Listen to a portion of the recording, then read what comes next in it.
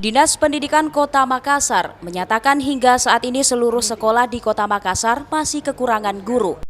Hal ini karena posisi tenaga pengajar diisi oleh Laskar Pelangi sebanyak 2.800-an guru, sementara beberapa sekolah hanya memiliki 1-2 orang guru PNS. Kepala Dinas Pendidikan Kota Makassar Muhyiddin mengatakan pihaknya telah mengajukan formasi untuk tenaga pengajar pada penerimaan pegawai negeri sipil dan pegawai pemerintah dengan perjanjian kerja atau P3 pada tahun 2023 dengan jumlah usulan sebanyak 2.890 orang guru untuk mengisi posisi guru di setiap sekolah baik tingkat SD maupun SMP.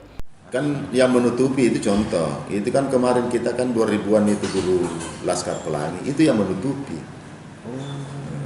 Bagian menutupi, kan itu kan yang Laskar Pelangi itu, yang diisi Laskar Pelangi itulah kebutuhan. Jadi kan yang kita hitung itu yang ada yang pasti seperti P3K dengan AS-PNS itu jelas itu otomatis.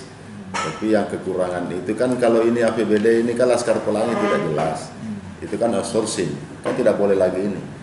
Nah itulah diisi oleh guru-guru honor. Dari guru-guru honor yang ada yang paling banyak itu adalah guru SD. Karena guru SD itu idealnya kan begini, kalau satu sekolah umpamanya 6 rombongan belajar, berarti di situ dia butuh guru kelas 6. Berarti ditambah guru mata pelajaran 2, berarti sudah 7. Berarti itu minimal 9 karena dan tambah kepala sekolah. Nah, 9 kan satu guru di situ.